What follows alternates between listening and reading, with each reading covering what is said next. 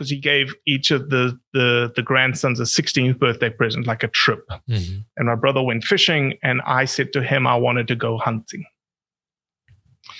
And he said, "Are you sure?" And we started talking about it. And for one reason or another, he wrote then this letter to me. And the letter starts, "Dear Robbie, it was indeed a surprise to hear that you are keen to become a hunter. It must be, quote unquote, in the blood. I'm glad that you broached the subject yourself. Otherwise, I might have been accused of leading you astray." And you would have thought that the rest of the letter would have been all poetical, about, what hunting means and, why he does it. No, the rest of the letter is all about gun safety. Practical. Like any good grandpa. Yeah. Typical, right? He's just like, and he talks about, hunting is an exciting and healthy sport. You'll be spending days in fresh air, have the opportunity to see countries, forests, plains, mountains, and wetlands. Quite different to the confined tennis courts or the same 19 holes of golf. The latter you can start playing at 60. This segment of DoD TV is brought to you by Leupold, American to the core.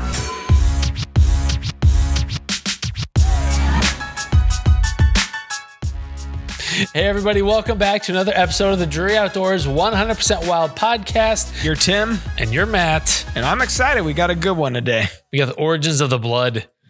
You made it sound real spooky. It's very foreboding. We got Robbie Kroger from Blood Origins. And those guys are really making waves and really kind of advancing the interests of hunters. And not just here and issues here in America or North America in general. It's all over the world. People hunt in other places? A lot of hunting, Tim. Huh. Actually, I guess it depends where you're at. So I don't know. I've been following him for a few years. First I heard of him I think it was maybe Cuz Strickland. I think Blood Origins did something with Cuz, and then I started following him. And then in general, it's almost become my news source or one of the places, kind of a trusted place that I can go on Instagram to get information about things that are happening in the world as it pertains to the outdoors. Sure. or issues that whether it's gun rights or whatever it may be, these guys kind of got their fingers on the pulse of what's happening in the world. So I'm excited to jump into it. Yeah, and Robbie's going to bring an international flair. That's right. He's got a cool accent that you and I cannot. I wish I had an accent. Duplicate. So someday. I doubt it. All right. All right, let's get to our shout outs, shall we? All right. Josh Schneider on DeerCast said, "Hey boys, don't give up yet on your turkey hunting. Good luck, Matt, and good luck, Tim. I wish the best turkey season to both of you." What he doesn't know, we both killed. I guess. And we'll talk next week about it. That's right. So we both actually got lucky. Imagine that. That's right. We killed turkeys. So let's just be clear. Let's just move along to the next thing here. All right. Patrick McDaniel from YouTube. He says, "Not going to lie, can't wait for all the kids to go back to school. My high school kid, neighbor, and his buddy have hunted a lot, adding to pressure. Don't get me wrong. I would be doing the same thing. LOL stands for laugh out loud. Thank you. But go back to school. I want to kill some too. LOL. He says a cuss word, and then he says COVID. I'm not gonna. So he's got hunting pressure from kids who are supposed to be studying remotely right now, and he's ready for them to go back to their buildings. It's funny because last year, like just as the pandemic hit and like everybody was at home, but not everybody, blue collar guys, there's a lot of guys that still had to work every day, essential workers. But I'm saying, generally speaking, a lot of people's kids were off school. Everybody hunted turkey hunting last year. Yep. I was like, shit, I ain't got nothing else to do. Let's just hunt. I'm going to take my teleconferences from the blind. Yeah. Sounds like he's still living that life. Yep. Right. Yeah, and he's ready for the kids to not be living it. Yeah. Can't blame him. No. So let's bring our guest, Robbie Kroger, on from Blood Origins. Robbie, thanks for making the time to hop on today. Well, the introduction that you just gave me, if the audience can see, I'm blushing as a South African, and unfortunately, Tim, you'll never have as cool an accent as I have. No, he will not. I just mispronounce things a lot. That's all I got going for me. You could start talking with a twang if you want. I would love to have a Southern accent. Yeah. Every time I listen to Cuz talk, I want to do that. That's right. So Robbie, give us kind of a background for our viewers or our listeners that may not be familiar with Blood Origins. Kind of give us your background. You have a PhD PhD. Give us background on what your story is, and then how Blood Origins came to be. Yeah, so I came to the States in 2003 to do a PhD, and essentially never left. Met my wife at Ole Miss. Did a PhD at Ole Miss. Was a professor in the wildlife fisheries department at Mississippi State for 6 years, sort of working in the wildlife fisheries interface. And that's when I sort of when I was at Ole Miss, that's when I got introduced to hunting. And it's interesting. People think coming from South Africa, I should have been this great hunter, right? I should have hunted all these magnificent animals. And unfortunately, I never got the opportunity to hunt because I was raised in a town of 8.5 million people, just like being raised in New York or Los Angeles. My family, just like people's families in New York and Los Angeles, I was steeped in hunting heritage. My grandfather moved to Mozambique in the 50s, hunted the heyday of Africa. And when I say the heyday of Africa, I'm talking 50s, 60s, early 70s. That was the prime African hunting. That was the stories that are told, the capstick stories that is Africa. My grandfather lived it. And my father was a teenage boy in those days. And so he was the camp boy.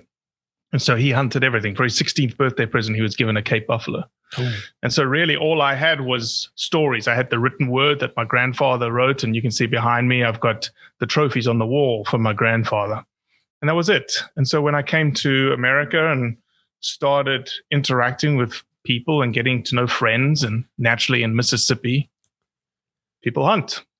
And I had a 6'5", 250-pound redneck friend who said, "Do you want to go hunting?" And I said, "Oh, yeah, sounds like something I would like to do." And I had to go get my hunter education class, which if anybody that's a late adult onset hunter realizes that is the most frustrating class in the world, because you sit there with a bunch of 12-year-olds and you listen to a law enforcement officer try to impress 12-year-olds about hunting stories. And you're like, dude, I need to get this thing done and out. And then I was given a lawn chair, passed my hunter's education. I was given a lawn chair. I was given a semi-automatic 308, and I was stuck under a cedar tree. And I was told, if something comes by, shoot it. What were you hunting? Deer? Whitetail, whitetail. And that was my introduction to hunting. Were you wearing And I shorts? actually should have had a very auspicious. Sorry, go ahead, Tim. I talked over you. I was just going to ask if you're wearing shorts. It seems like whenever I see guys hunting in Africa, they're all wearing shorts. Short shorts. Very short. Like you see the pockets. Short shorts. No, I was in my properly attired Walmart camo that I went and paid an extraordinary amount of money for as a PhD student. And it's interesting, that first hunt, and legitimately it was my first hunt ever. Nothing came by, and so I walked out a different way. And as I was walking out steps a buck on the road in front of me. And knowing deer now, it was probably a 120 class. 4 Mississippi Hills was an amazing deer. I lifted the gun up, put the scope right where I needed to go, and pulled the trigger, and it went click. And the deer looked at me and ran off. And I walked up to my friend and I said, "There's something wrong with your gun. This thing doesn't work." And he took the same bullet and he racked the gun, raised it up, shot. Bullet went off. And I said, "What the heck?" And he goes, "What did you do?" And I said, "Well, you told me to be quiet." So when I pulled that action back, because it was a semi-automatic 308, I just eased it forward. And I probably left a hairline piece of a gap. Anyway, that has followed me through my hunting career in terms of, I should have known right then and there the kinds of storytelling that would come from my hunting escapades. That's a long way to say that I started really wanting to hunt more, and I wanted to hunt different things outside of the state, and I was trying to figure out what that meant and who could do it. And I couldn't really find anything that was tapping into like the reason why people hunted. I had 2 small boys at the time, and so I was starting to take them out in the woods, and I was like, all right, I need to tell them, I need to communicate to them why we're doing this thing. We're not doing it just to kill animals. So why do we do it? And so I started looking for inspiration. I couldn't find it. And so I decided to build it. And so I built Blood Origins on the idea of understanding why someone hunts. That's why it started the way that it started. Mm-hmm. That's why you saw the beginning, the Cuz Strickland of the world, the Lake Pickle of the world, the Will Primos of the world, the Polly Anderson of the world. It was all about the heart of a hunter.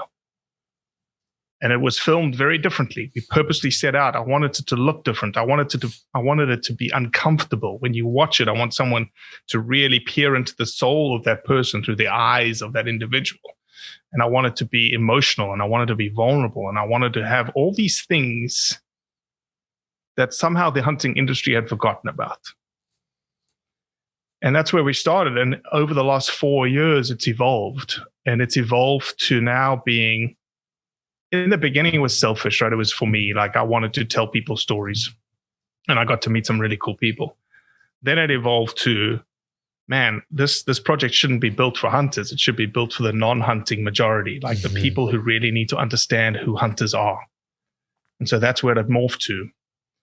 And now, today, now that we are a non-for-profit charity that we turned Blood Origins into last year, because my wife wanted a savings account back, essentially. Because here's the reason. And you laugh, and I was laughing until my wife said, you need to make this thing sustainable next year, otherwise it's gone. Because we refused to bow to the model that the industry had created. And no offense to Drury Outdoors, but no offense to anyone.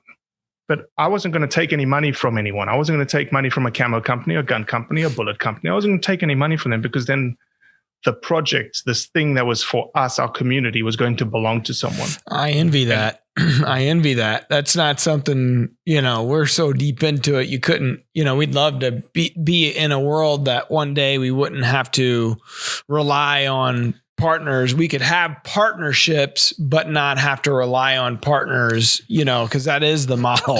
And it is tough. You're right. It's a tough thing to be in. So I admire what you're doing here.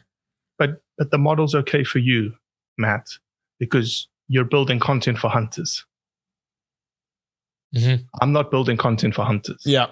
I'm building content for non-hunters so that they can see who we are. And I didn't want anyone to mess with the message. I didn't want anyone to have a say about the message. And the little pieces and jobs that we did to make ends meet, they had a very strong opinion about what the message needed to be. And I hated it. Mm-hmm. And so we turned ourselves again into a nonprofit last year. And and that last morph has occurred, which is now our mission statement is conveying the truth about hunting. And so when you see our episodes, so if we did an episode on Matt and you saw Matt's heart, Matt's communicating to other hunters. Okay, other hunters will look at it. They'll get, hopefully we're making them think, because I think the more that hunters think in this world that we live in today, the social media world, the better it will be for hunting. Thinking will save hunting. So that's a good thing for the hunting community. But the non-hunter who has a perception or an idea of what a hunter is supposed to be, outside of even knowing a hunter, they've got a perception. This is one way for us to communicate to them, hey, you don't know a hunter? Here are 60 hunters that I want you to watch. You'll find that all of them sort of say very different things, but none of them say the thing that you think we're about. And you had Matt on your show? No.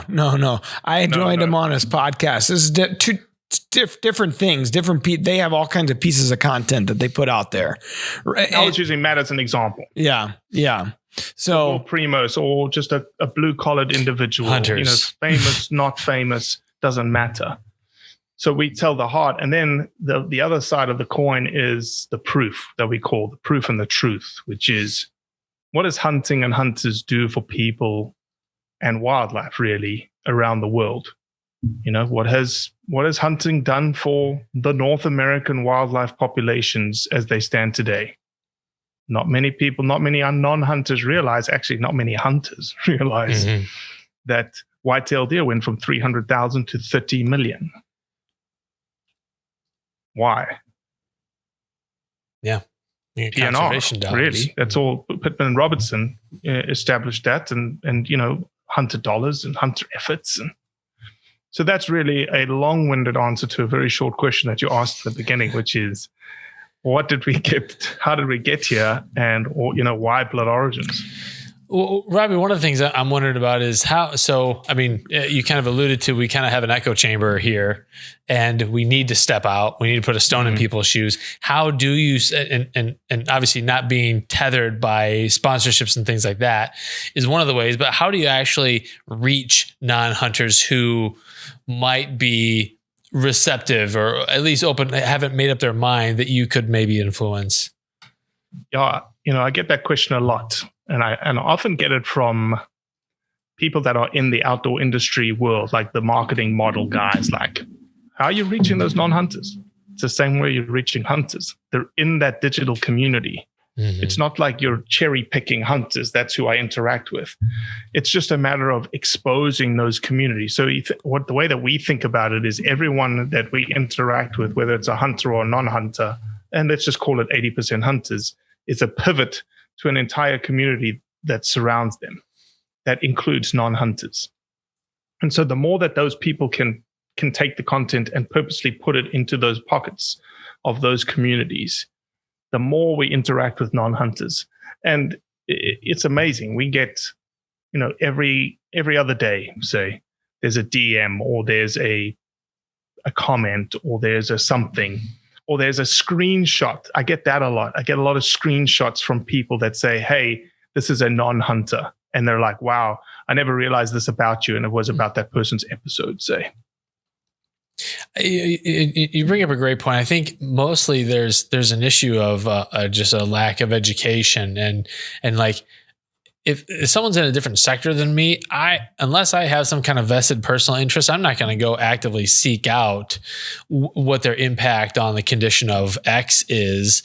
Someone has to be the evangelist and go to them, and that's probably where we've fallen short in the outdoor community, because I think there are probably more people that are ready to be influenced. They're not going to proactively go out and do that. Hunters are not evangelists. Hunters live in a closet, and we close that closet door as tightly as we possibly can. And when it gets ripped open and we get punched in the nose, that's when we storm out and we fight back, and then we go back into our closet. Mm-hmm. Leave us alone. Don't want to talk about that. Yet why not flip the model? Why not do what the antis do against us? Why not do what the HSUS does against us or PETA does against us? Why not? Let's fundraise and take out some billboards in Los Angeles, one of the big freeways coming into Los Angeles, and have a father and son saying, building character of young men, and it's a hunting scene. Doesn't have to have a kill shot in it. That's evangelizing, like you just said. That's thinking outside the box of like, how do we change perceptions around who we are? Yeah, and you're touching on, like, you're activating emotion, and we tend to be very binary, black and white. Here are the dollars that we contribute to conservation. Here's the population dynamics. But really, what people make decisions based on emotion. And so I'm glad you're finally leveraging that aspect of the human condition, because that's really what's going to change. I mean, emotion, and then you have kind of the thinking and the action, like that's typically the sequence that it goes in. But I think you found the secret recipe in activating a person's emotion, and it's not manipulating people. It's showing the actual truth behind the experience. It's making them think. Yeah. They've been fed one thing forever, and as much as hunters are in this echo chamber, so are non-hunters. Uh-huh. You know what I mean? So I think even like the movie Jim Limbator's trying to put together. Sure. The Harvest. The Harvest. I mean, I think to an extent it hits on what Robbie's talking about here. It's trying in a much different way to open other people's minds to say, you know what, if you were on the fence, like, here's the experience, here's what the experience, because every hunter would say it's not about the kill. That's not the reason why we hunt. I mean, I would think majority of hunters would say that. It's like, shit, I love being outdoors. I love spending time with my friends and my family, and I love eating it. I love, there's all these other rewards. The actual moment of pulling the trigger or releasing the arrow, or that's this tiny fragment in time. It doesn't happen very often for you of the full circle, right? Uh-huh. So I just, I don't know. I love what these guys are doing because it's needed, and we don't do a great job of it. And I know that's a shortcoming, but we're in this model. It's hard to get out of. And I think Robbie's really got something special to build on. Yeah. And I think we've got to remember that we're not trying to sugarcoat anything, right? Like, to your point, I actually may argue that hunting is about killing, because otherwise you'd be going for a hike. Sure. And so, but it's the nuance of what that means, right? That there's a finality to the exercise, the lifestyle that we undertake, and the finality of that is killing. But if you look at the data, and here's where you start bringing, we sort of blend emotions and data, and I'll use two examples together to sort of form the rationale, is that we do all these other things associated with hunting that we know that we get things out of. It's the physical, the mental, the food, all those kinds of things. And you can bring that across with emotion. But when somebody goes, "What, you guys you just hunt because you like to kill?" And it's like, well, no, we do it for all these other reasons. And they're like, well, I don't believe you. I was like, well, okay, then let's look at the data. And when you look at whitetail hunters in the US, less than 50% of all whitetail license holders in the US kill one deer.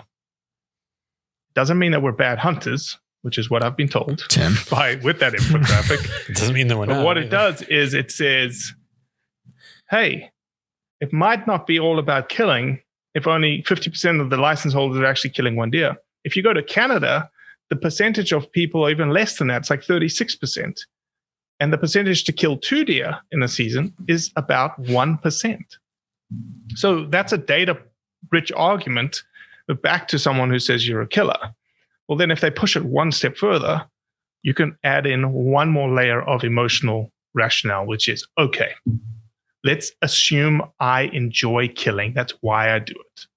So let me pose the scenario to you. Why would I go halfway around the world, spend 2 days traveling, sleep on a hard ground, spend $50,000 at the chance of killing something versus going down the street to my local abattoir and killing everything I could possibly want to kill at no cost to the abattoir because I love to kill? What is an abattoir? Oh, you don't know? Kill house, a chicken house, a beef slaughterhouse. Come on, Tim. I mean, I was just asking for the benefit Tim, of our heard of the word listeners. I use abattoir every day. I'm really sorry about this, Robbie. I live on abattoir. That could be your wildlife word of the day. It was, man. God dang it. Now we lost that whole segment. It was sponsored. Robbie. Jeez. I totally derailed that by asking the word, but 100%. I mean, the times that we actually kill are so few and far between, but the context and the effort required to be in these places to just have the opportunity belie the truth that no, it's the kill is part of it, but it's not the sum total of it at all. The facts just don't add up to that. So let me ask this question, because you guys at the beginning of the segment mentioned that you've been struggling in the turkey woods.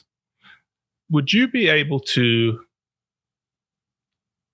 Here's a very good piece of data. How many? Let's assume the trigger pull is a minute in time. Okay, how many minutes did you spend hunting versus killing? Oh, it's incalculable. Listen, I usually shoot once a year. Actually, twice. Once to make sure the gun's still on before the season, and one more time when a bird steps out. Oh, the ratio would be just insane. So what are we talking? 50 hours? Oh, for turkey season, I've probably hunted maybe 18 plus hours. I've probably hunted, and this has been a slow season, Like I haven't gone much. So I went opening day, let's say 6 a.m. till 1. And then another 3-4 hours.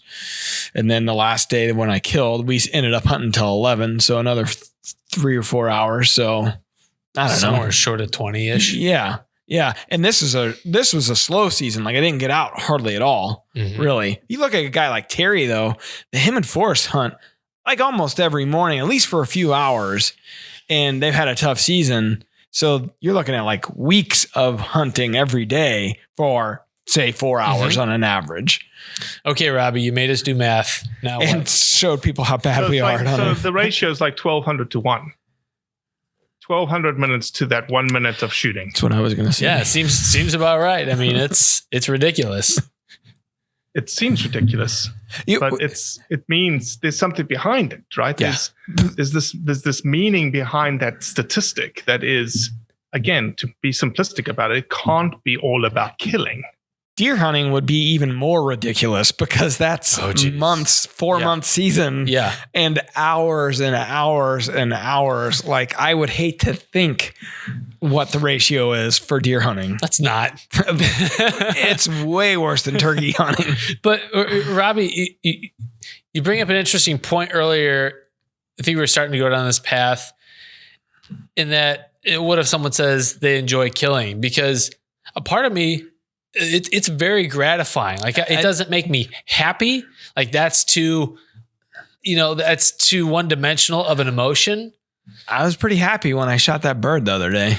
And that's your experience. And for me, it's a very complex range of multiple emotions in one shot. But it's very gratifying for me. Yes. And I don't think we have to be ashamed of that. Although I think we do kind of shy away from talking about that aspect. That's why we say harvest more than kill anymore. And that really upsets a lot of people within within the hunting community. That's like, oh, it's a kill. You're not pulling something out of the ground, but that's one of those things that we've done to kind of help shield the reality of it to the outside world. So maybe that's not the right thing. Yeah. Has that been a net gain or loss for us, Robbie? No, I think so. Let me ask you a couple of questions. When you say you love the kill, and Matt, you said you were ecstatic when you killed that bird. Did you truly love the fact that you killed it? Or was it the fact that all those hours and all the time and the strategy and the play-by-play, the thing that really gets your heart racing? Because I'll just ask that. So what was it? It was the latter. Happiness of the death, or was it the happiness of the other? It's not the happiness of the death. It's the happiness of, holy crap, this worked. It's like, it was an exciting moment. My buddy and I, we both shot 1, 2, 3 shoot, and we killed 2 birds at the same time. It happened right off the roost. Like, I couldn't believe it worked the way we thought it might work. Like, so it was the ecstatic nature of like experiencing it with friends. We both shot. It was a rare to us thing to shoot 2 birds at the same time. Like a plan came together for a couple guys that rarely happens. So I think I was ecstatic about the facts around the context. And so when a non-hunter sees a kill, a trophy shot, and I absolutely agree with you, we shouldn't be ashamed of killing. That's why I think I just got my Hunting Fool magazine yesterday, and I wrote an article that says in defense of killing. We've got a truth segment that says in defense of killing, because that is the finality of what we do, and we need to be able to defend the kill. The problem is we cannot defend the kill if someone says, I love to kill. Well, I don't believe that's true. I do not believe that you love to kill, because if you did, you'd be down at the local slaughterhouse taking care of the chickens. What you love is the hunt. And the kill is the finality of the hunt. And it's being able to communicate it that way that will explain it to a non-hunter. And being able to put context to the picture, the trophy picture, showing respect to the animal, cleaning it up, not being idiots, not showing that, okay, you managed to shoot a turkey's head off with a broadhead. Great. That's amazing. You're an amazing bow hunter. Do not show the world that you shot the turkey's head off. Be respectful. Don't we're trying to show, you can show your buddies. Send that thing to your buddies. Don't put it into the world that potentially when you post that picture will hurt hunting. And so that's another thing we always ask is just in the thinking process, is what I'm about to do going to help or hurt hunting? Not for you, because that's being selfish, for your kids and your grandkids one day. Yeah, if someone's on the line, what's that image gonna tell them? If they're like, I don't really care about hunting one way or the other, but man, I saw this and geez, that seems really gory, or this guy seemed to really get off on this. Like, maybe I'm not for hunting. There's an older word that it was used a lot in kind of the Christian church, and the word is winsome. And it's like, you should live a life that is winsome, that you almost like you win people to your side by the way that you live and behave and speak. And it's too bad that word has fallen out of favor, because we need that in the hunting community. Like, we need to not just be thinking, well, this is my right and I can say this and I can show this. That could be said about a lot of things, not just the hunting community. Yeah, 100%. So Robbie, from your perspective, we've talked about a few things that we're doing wrong as individuals. If people are listening to the show right now, they're hunters. What can we be doing more of, and what can we be doing less of to help our cause? I'm not a doom and gloom kind of guy. I think the tide is turning. I think that there are a lot of people out there that recognize that they want to show and portray, and the imagery is getting better, and people are thinking more, and all those things are things that I think we can do. Every day we can think more. We can always ask the question, does this help or hurt hunting? And I think the social media space is a very unique space for this generation. And what social media unfortunately removes is the personal exchange in which people show a little bit of manners in the interaction with one another.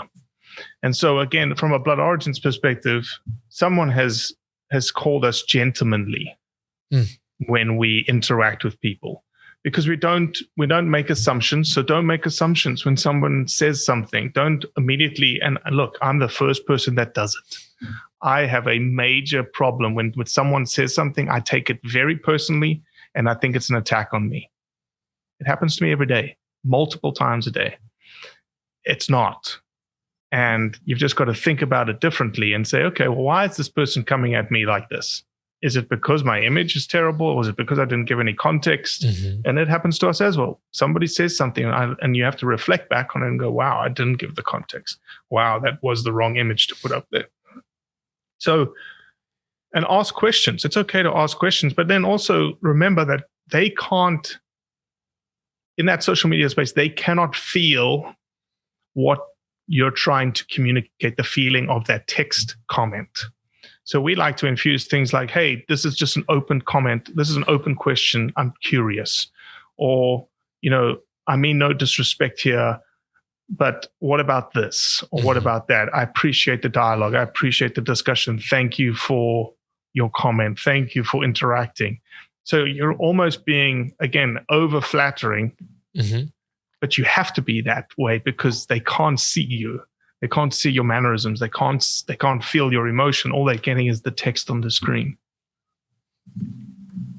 Yeah, and that you've been using the word thinking a lot, and that takes extra thought to set your emotions aside for a minute and really think through how to community well. And that doesn't jive with social media. I mean, that's the problem. Yeah. People are everybody has the ability to have a voice now, whereas there were filters through time of that, how a message got out there. Well, now anybody can reach your message just about now. You put it out there, it's out there, right? And it's so quick to grab and type and do, and that's kind of what people's expectations of social media are. So I think it's just, I don't know, social media, for all the good things that it has provided, it's really kind of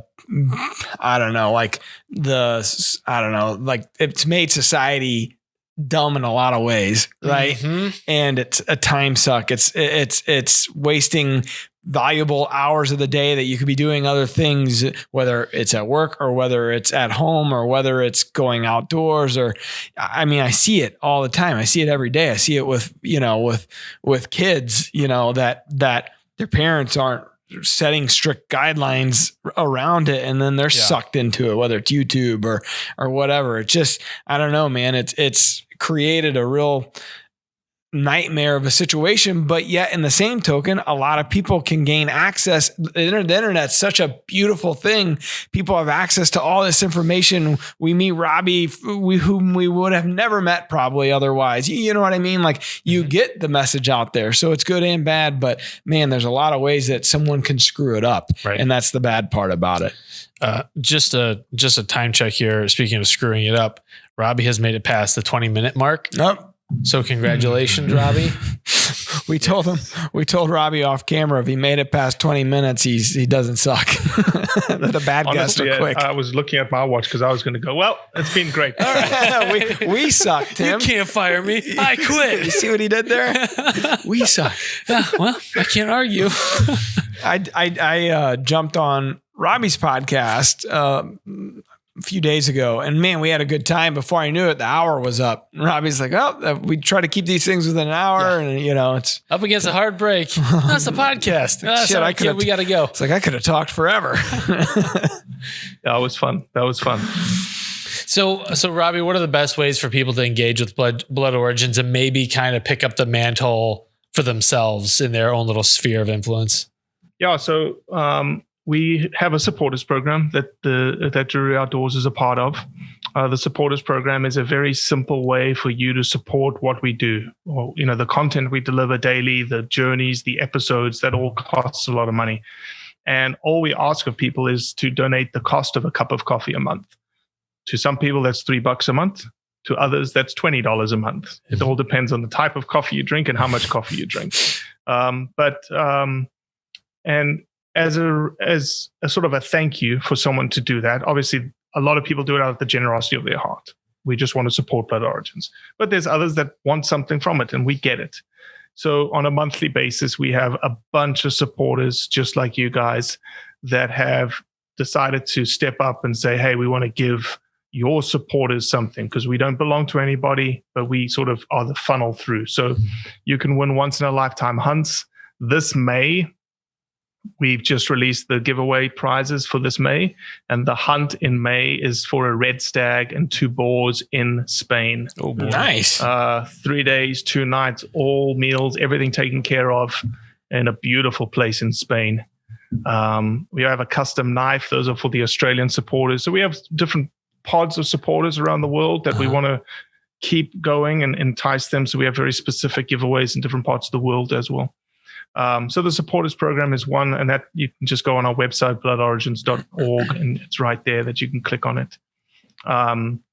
Engage with us. That's what we're all about. Send us good news. We like to receive good news about hunting. Hunting gets bashed every single day. Mm-hmm. I like to say that every day we wake up and the stone that we pushed up the mountain yesterday happens to be right at the bottom again.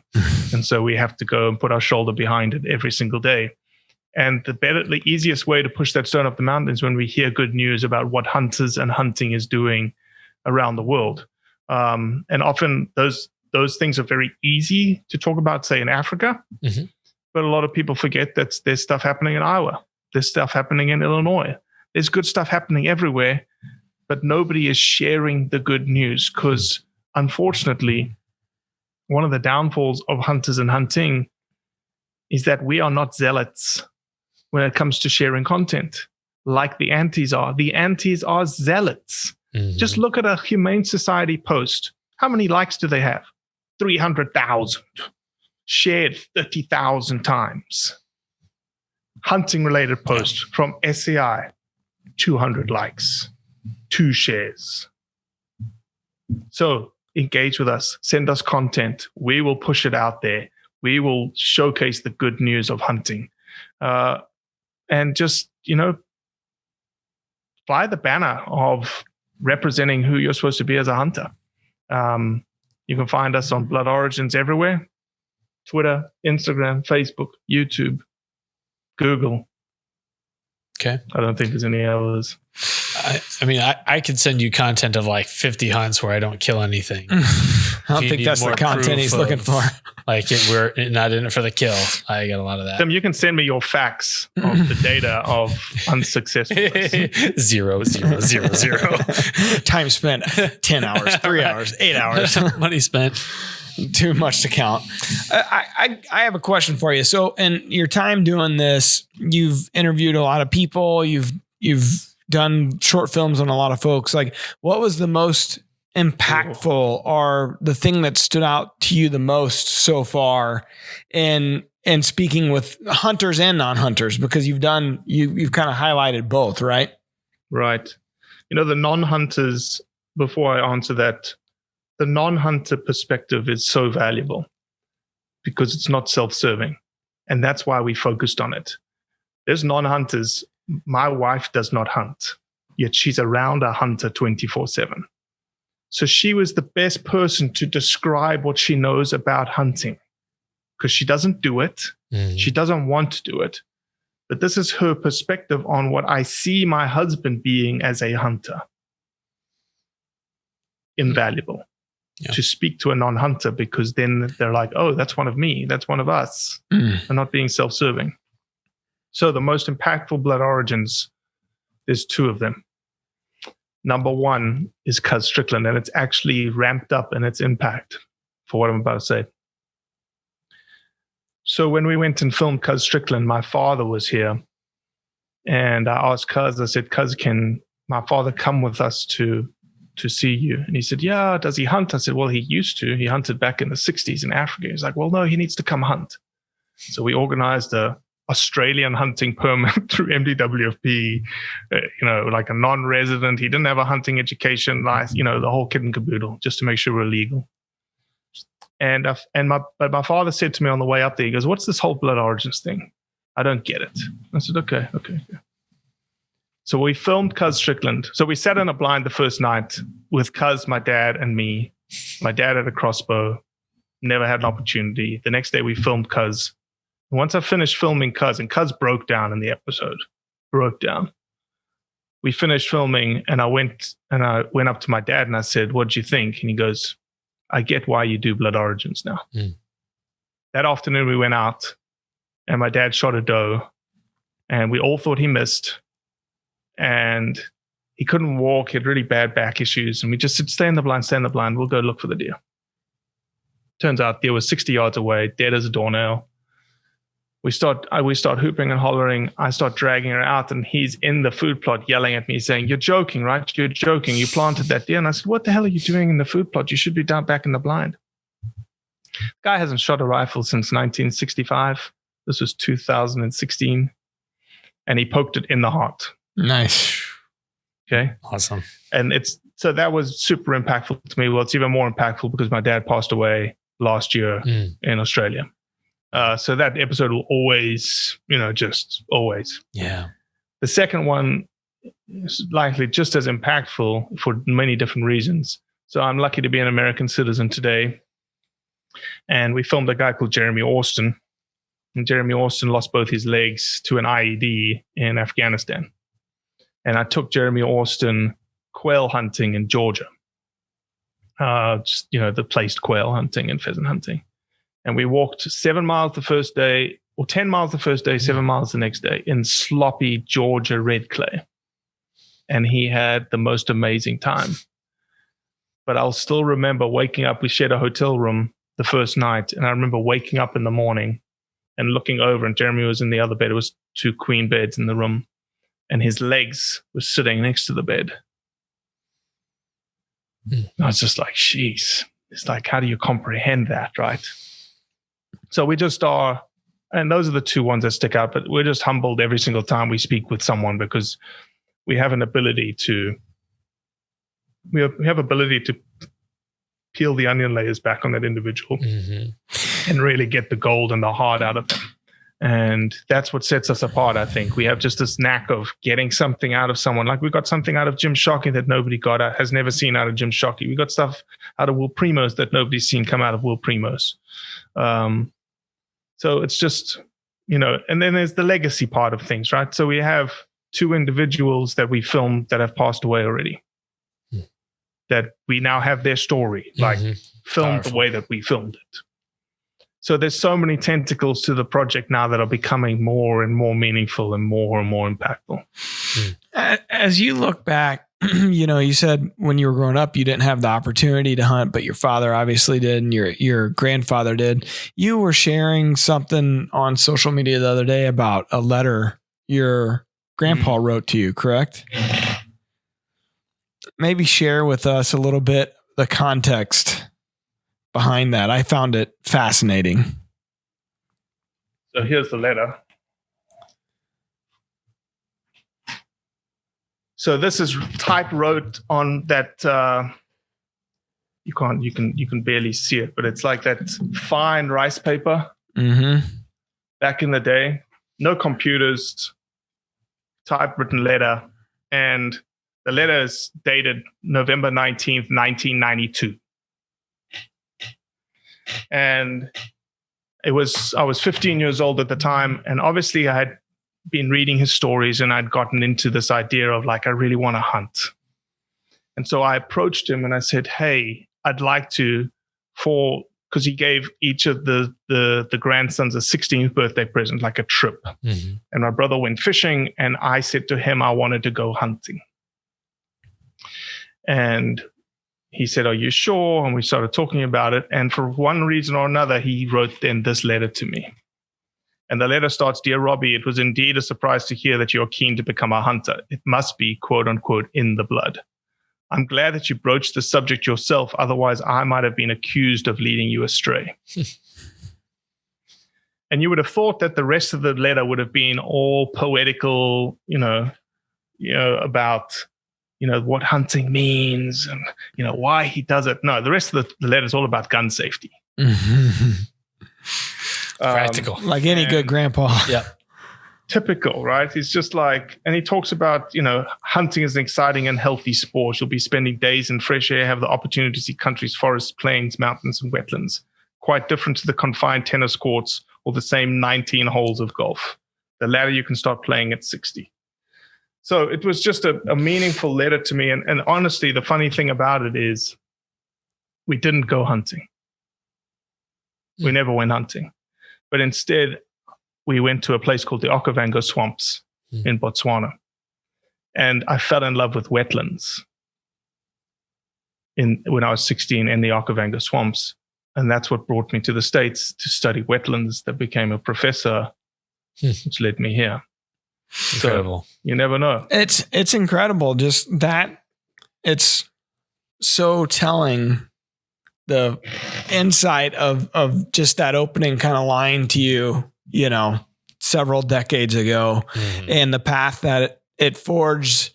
I find that stuff fascinating because in a much different way, just my family's history and heritage with the company, and it chose my career path without me knowing why I chose my career path, because of the influences that it had on me. And I found that so interesting when you posted that the other day. Even just having the word blood, it's just like it's in your blood. It's in your blood. And to hear, I mean, when did you pull that letter back out? Like, when was it that you found that letter again? I guess I've had it all the time. And an interesting side note, when we were thinking about the title, like what is Blood Origins going to be called? At the end of every episode, it ends the same way, regardless of who is being interviewed. It ends, everyone has their own story. This is mine. It's in the blood. And it was called, the Blood Origins wasn't called Blood Origins to start with. It was called In the Blood. And I showed Will Primos our pilot episode. And I knew we had something because he looked at me and goes, how did you film this? I was like, well, and I just sort of hummed and hawed about it. And he goes, do you own it? And I said, well, we've got like a federal trademark in process. And he's like, no. Who else has the name in the blood? And so we did some digging, and there were 2 people in the space. There's a guy in California called Fire in the Blood, and there was this kid, this 12-year-old kid that was going to be the next Jim Shockey in Wisconsin. That's what his parents called him. In the Blood Outdoors. And I told Will that, and he said, you need to pivot right now. Drop the name, change your name, pivot. And I was like, no, I've already recorded 3 episodes with the In the Blood at the end. Like, I can't change it. And then we just thought, like, what is it about hunting? What is it about where we come from? What is it about where we originate from? Where does our blood come from? And it was just like, all right, we'll call it Blood Origins. And we kept the ending because it's still in the blood. Yeah. Awesome. Fascinating. Will has given a lot of people a lot of insight through the years. And Mark, in the early days, were on those Truth 2 and some of those early videos, and had an influence on us and our company, and just a smart guy beyond his years, really. I mean, he was basically a forefather of our industry, really. When you look at it, there's a few guys like that, and he was definitely one of them. That's 100%.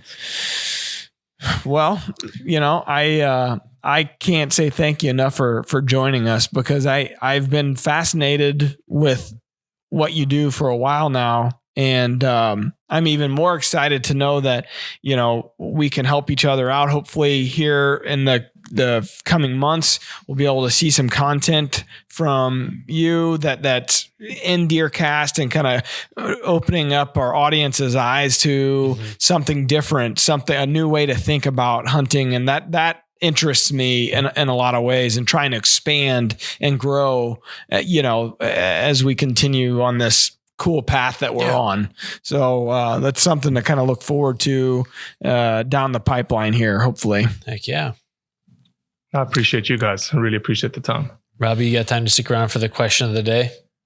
Heck yeah. Heck yeah. Is it whether elephants are left-handed or right-handed? You keep ruining segments ahead of time. Now we got nothing. I forgot about the question of the day, to be honest with you. All right. So the question of the day is probably brought to you by Cold Steel. For over 40 years, makers of the world's strongest, sharpest knives, swords, tomahawks, machetes, cutlery, and tools for everyday carry. Man, you almost got me with cutlery. Cutlery. Yes, this is Jeff Sutton. Hi, Jeff. My question is, sound effect.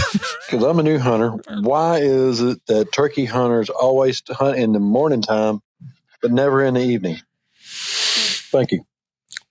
Well, we don't like to get in trouble with the law. Sir. No, yeah. So, not every state's like that. So Missouri, you can only hunt till 1 p.m. and every state's different, but Iowa, you can hunt in the afternoons. I believe Illinois, you might be able to. Don't quote me on that though.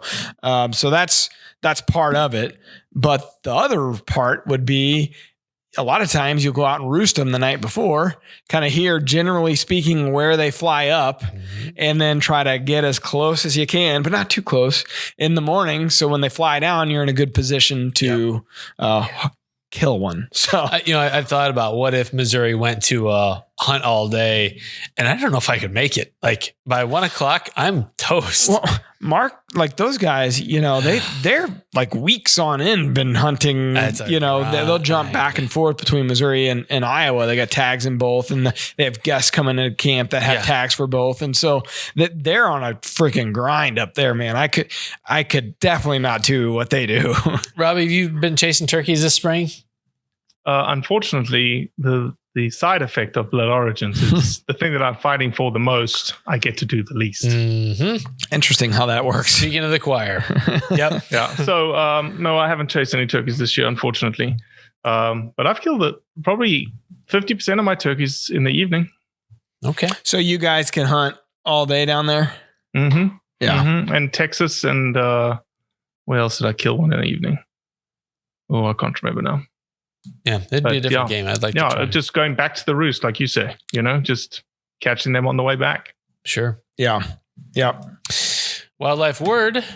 Woo-wee. That's brought to you by Hunter Specialties, makers of the all-new HS Strut DOD Signature Series turkey calls. Final roost. Heck yeah. Okay, guys. It's a multiple choice. What is a gastrolith? Is it A, tree limb that naturally attracts turkeys to roost on it? B, a prehistoric turkey roughly the size of a Toyota Prius? Dang. C, a type of pub? Or D, a stone swallowed by turkeys to aid in digestion? We're going to let the PhD start. I wish it was a mammoth-sized turkey. Wouldn't that be something? But gastro meaning stomach, lith meaning stone or geology lithography. I am going with D, stone in the crop or the stomach of a turkey. He got fancy. Took the words right out of your mouth, didn't he? I was about to say that. He's ruining everything about the show. I was going to say D, but I didn't get to this point in the same way he did. I knew it But wasn't. you still got there. I knew it wasn't a turkey the size of a Prius. I just went, I knew it wasn't a pub. Yeah, so. yeah. No, yeah. So they're like most birds. They will swallow small stones that they'll ingest into their gizzard, and it's almost like having teeth in there that are helping to grind up the food as that gizzard contracts. And Robbie, is that right? Because I've never had anybody on here to say otherwise, and I'm definitely not going to call them out. So fact check. Oh, sure. Yeah, sure. Absolutely. Oh, okay. Crocodiles have the same thing. Mm-hmm. In Crocodiles, you'll find big old stones, but the crocodiles also do it supposedly for buoyancy. Oh, yeah. Ballast. Mm-hmm. In fact, on DeerCast, you can see a video of me dissecting the crop from the turkey that I killed here recently that we'll talk about next week. And you will see actually some stones in the mix of other goodies that are in that crop. Really? Mm-hmm. That's cool. You call it a gastrolith in your video? I didn't. Loser. Sorry. I can go back and edit it in if that'll make me better. Well, how did you know? I can be better. I could try. When did you come up with this word? I want to know. This afternoon. So you did that video, and then that made you think about the wildlife word. Yeah. So in essence, you were working when you were hunting. 100%. That's the name of the game. It's a shame you did it on a Saturday. I'll take Friday off. Okay. Robbie, thanks so much for hopping on, man. It's been awesome. I just can't tell you how excited we are as a company and us personally about the mission of Blood Origins, and we'll do whatever we can to help you guys out. Thank you. No, humbled and grateful to be on here, and really enjoyed the conversation. Any parting shots for us before we head out? No, just be constantly thinking about what you're representing to the people that aren't hunters. Heck yeah. Very good. All right. Thanks everyone for watching. Tell your friends about the show. Until next time, peace out. See ya. DeerCast is giving you the chance to hunt with Mark and Terry Drury. Head over to DeerCast.com to enter. We're adding new videos every week, so make sure to click that subscribe button and check out all of our amazing content. This episode of DOD TV was brought to you by Bass Pro Shops and Cabela's.